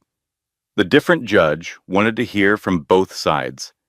He scheduled an emergency hearing for the next morning. Catherine requested that Tori be allowed to appear by video from the ICU. The judge agreed. That night, James visited Tori's room. He closed the door. "I have information," he said, "through Diane's contacts. This new judge has financial ties to one of Derek's investors, a personal investment in one of their funds. We could expose the conflict of interest, get him removed from the case." Tori looked at her father, looked at Charlotte, sleeping in the bassinet. "No," she said. "Tori, that is what Derek does. He uses connections to manipulate the system. If we do it too, we are no better than him. This is not about being better. It is about winning. It is about both, Dad. Charlotte will grow up.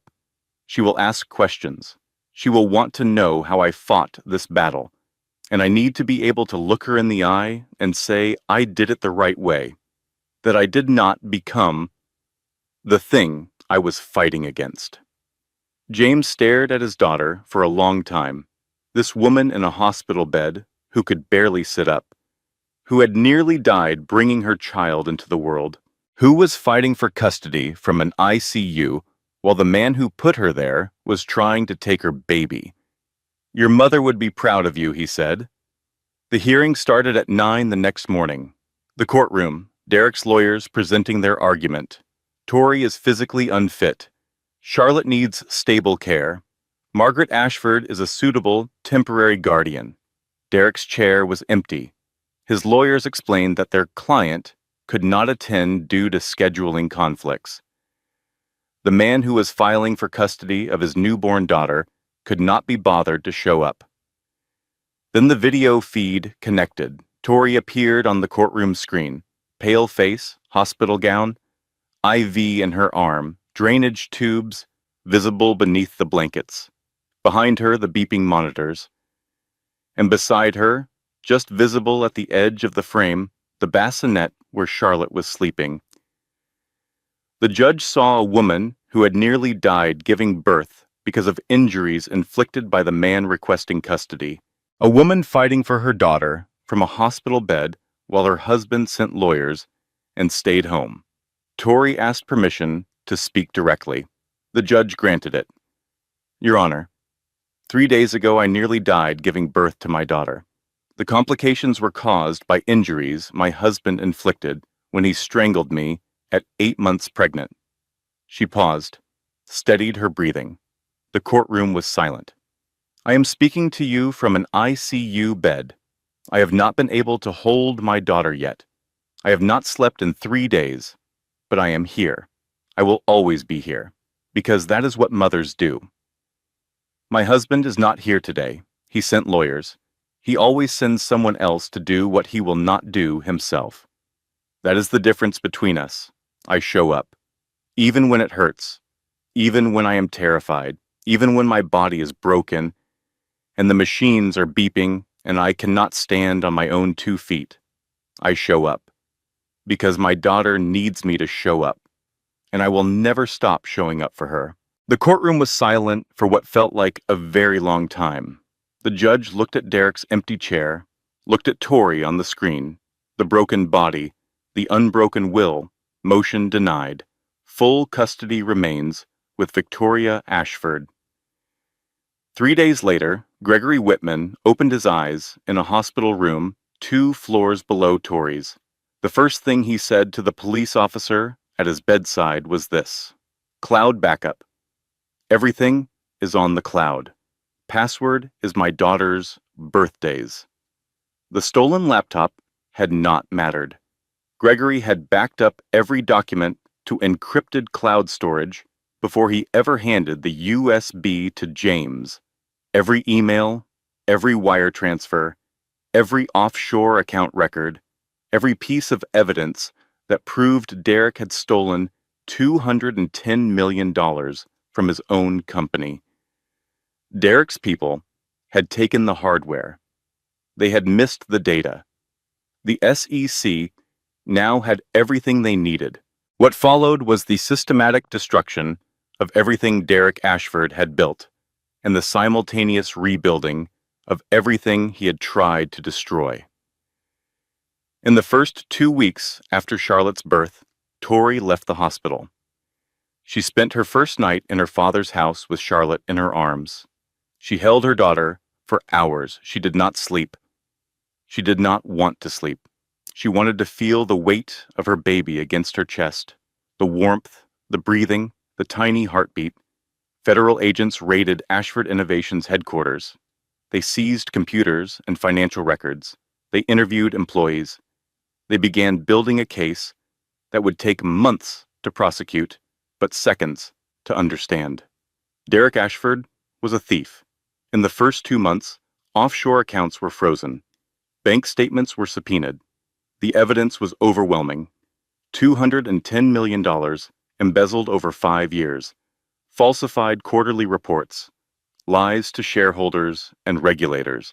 Tori applied for her old position at the nonprofit she had run before her marriage. They welcomed her back the same day she applied. Part-time to start, because she had a newborn, because she was still recovering from surgery, because she was rebuilding a life from the ground up. In months 3 and 4, the board of directors called an emergency meeting. The first vote to remove Derek was 7-5. Not enough for a supermajority. Derek lobbied the 5 board members who had voted to keep him. He promised them the investigation would blow over. He promised them the stock would recover.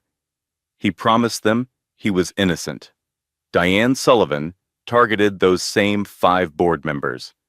She showed each of them, privately and individually, their personal legal liability if they continued to support a CEO under active SEC investigation.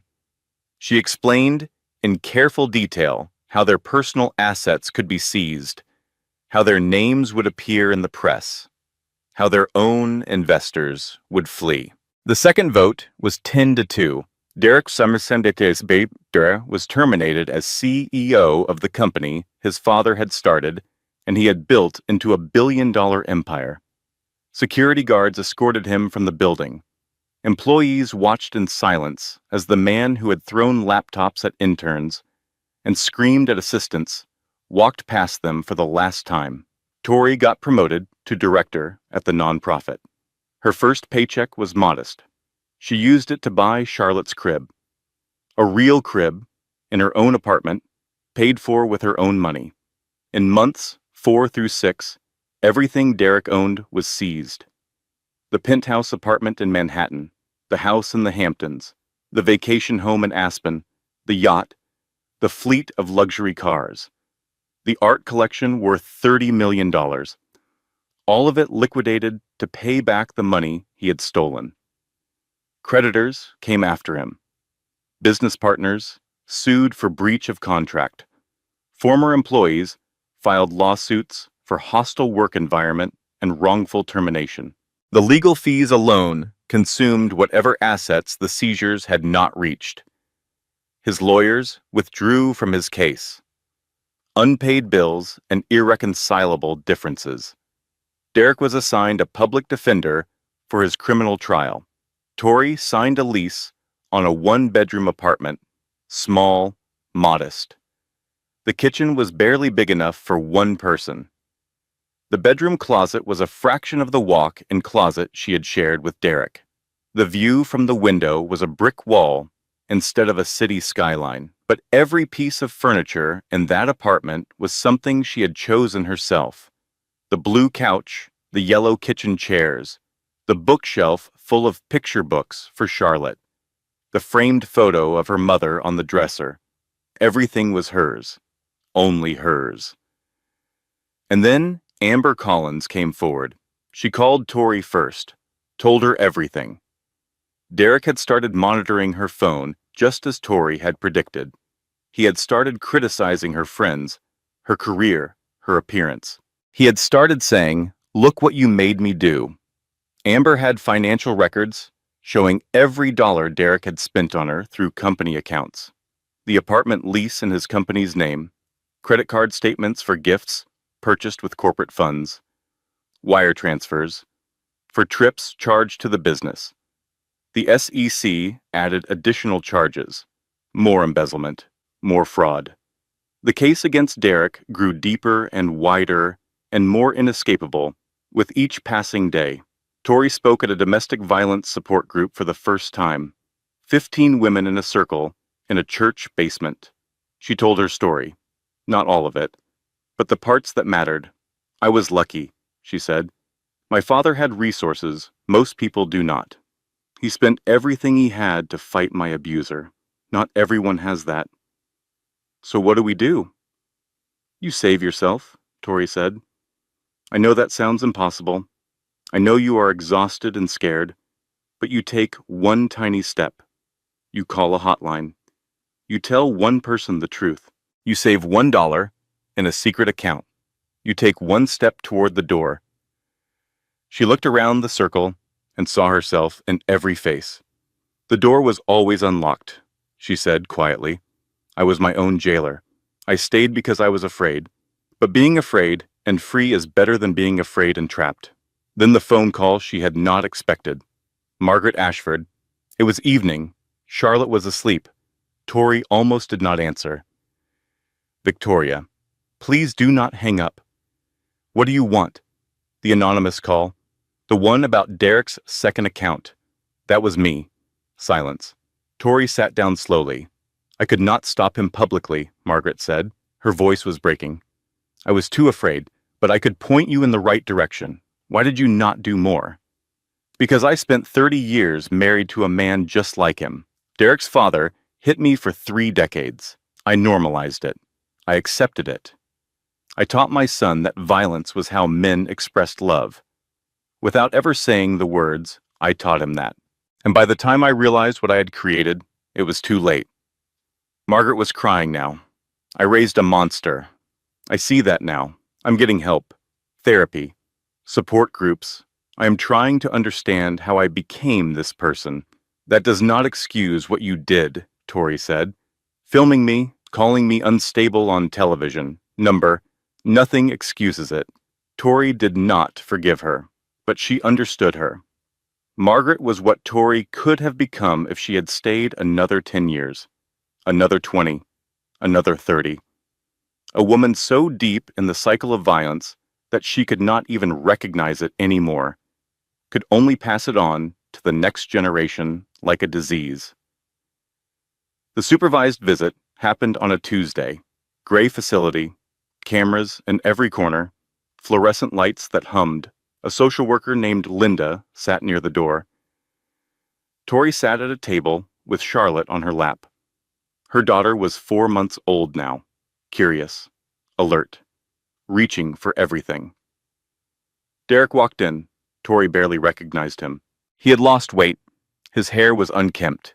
He wore a cheap suit that did not fit properly. His face was gaunt, dark circles carved beneath his eyes. He looked 10 years older than he had at the gala. He had already been convicted. The trial had lasted 2 weeks. The evidence was overwhelming. Tori had testified. She sat in the witness chair and told her story clearly and calmly. She pointed to the fading scars on her throat. She looked at the jury and told them the truth, the whole truth, everything she had hidden for 3 years. And the jury had believed her. Guilty on all counts. Sentencing was scheduled for the following week. Derek's eyes went to Charlotte immediately. Something crossed his face. Grief, maybe, or regret, or just the recognition of what he had lost. "She is beautiful," he said. His voice was hoarse. "Can I hold her?" "No." "Victoria, please, she is my daughter. I just want to hold her for 1 minute. You tried to kill her when you had your hands around my throat. You were killing both of us. You do not get to hold her." Derek's jaw clenched. Tori recognized the expression. The anger building. The control slipping, but he could not do anything here. The cameras were recording. Linda was watching. Security was outside the door. He was powerless. "I am sorry," Derek said, "for everything.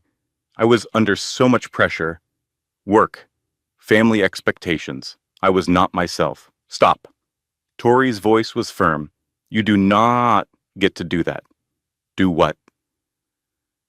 "Make excuses. Blame circumstances. Pretend you are someone else. You are yourself, Derek.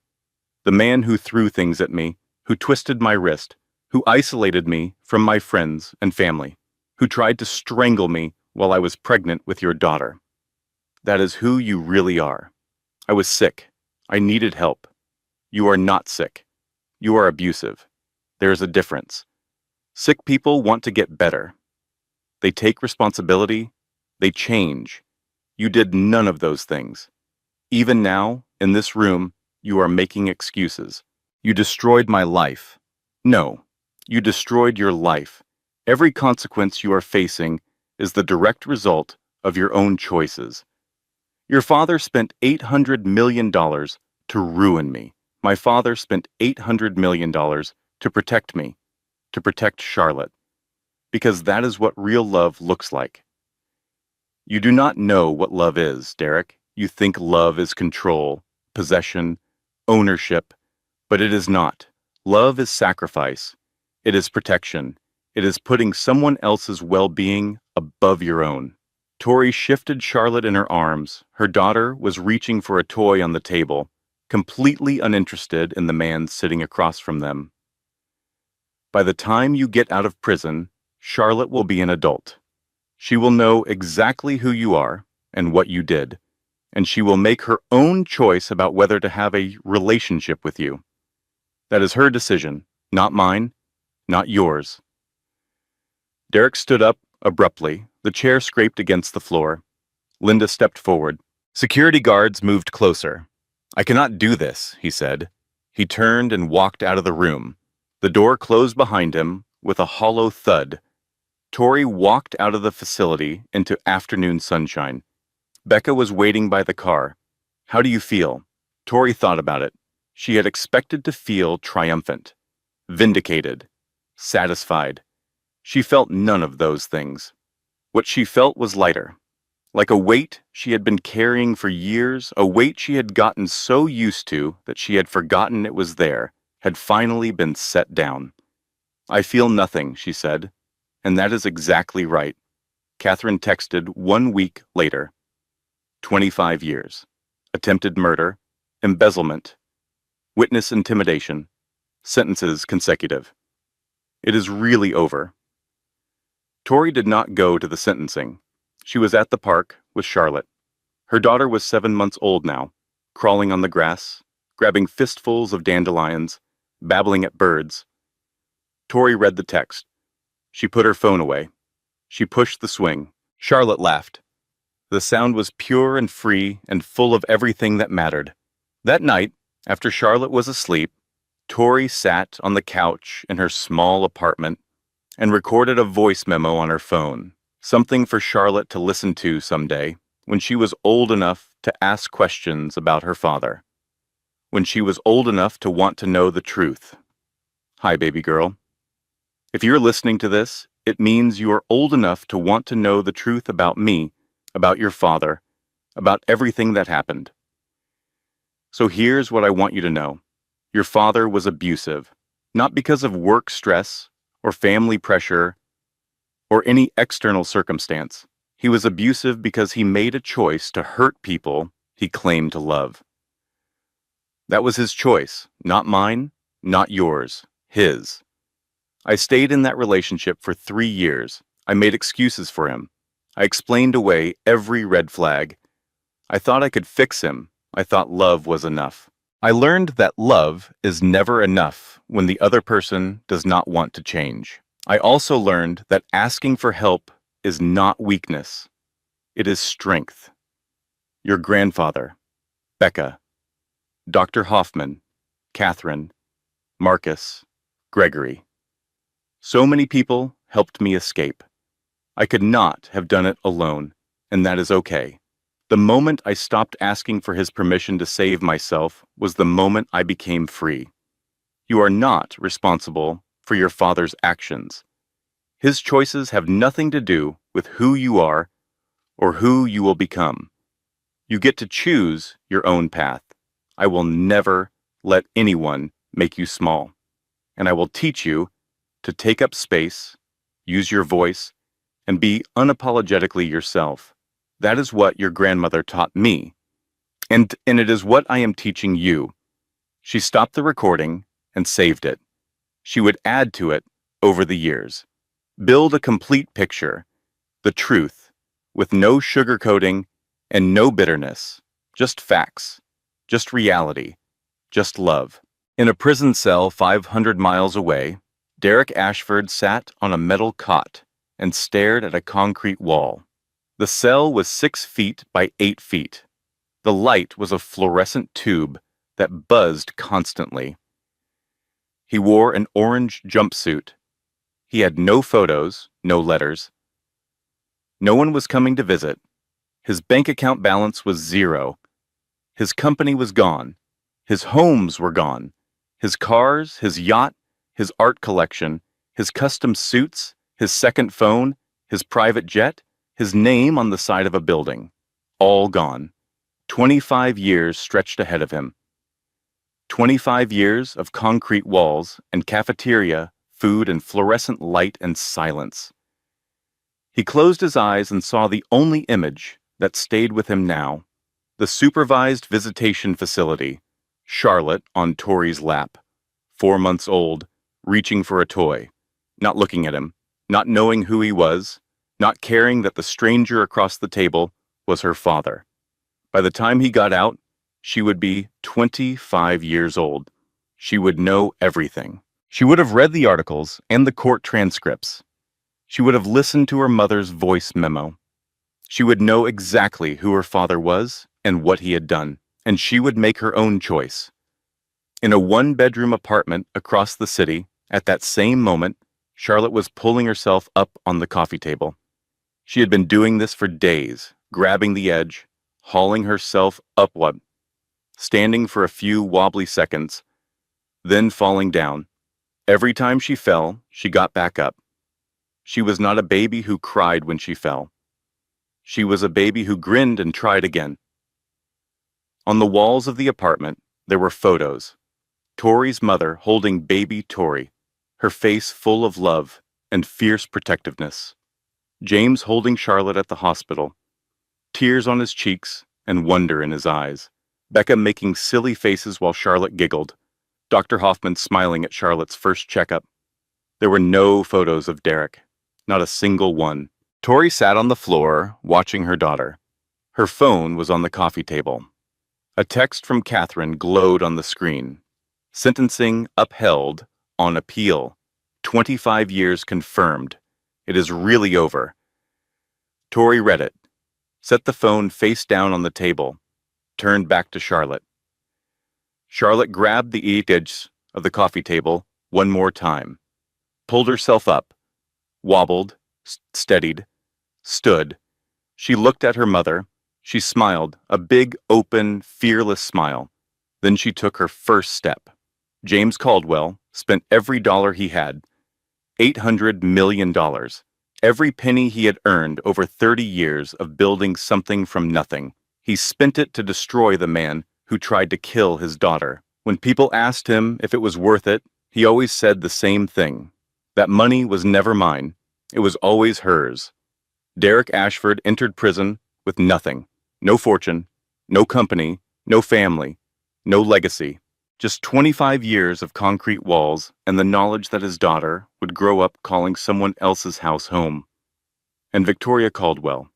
She dropped the Ashford name the day the divorce was finalized. She went back to the woman she had been before, the one who ran marathons, the one who had opinions, the one who helped people, the one who took up space. She never let anyone make her small again, and neither would her daughter. This content was carefully researched, developed, and manually edited by our team to deliver meaningful stories with valuable life lessons. Every narrative is crafted to entertain, inspire, and empower our audience. We believe that great stories can change lives, and we are committed to bringing you content that matters. Thank you for being part of our community.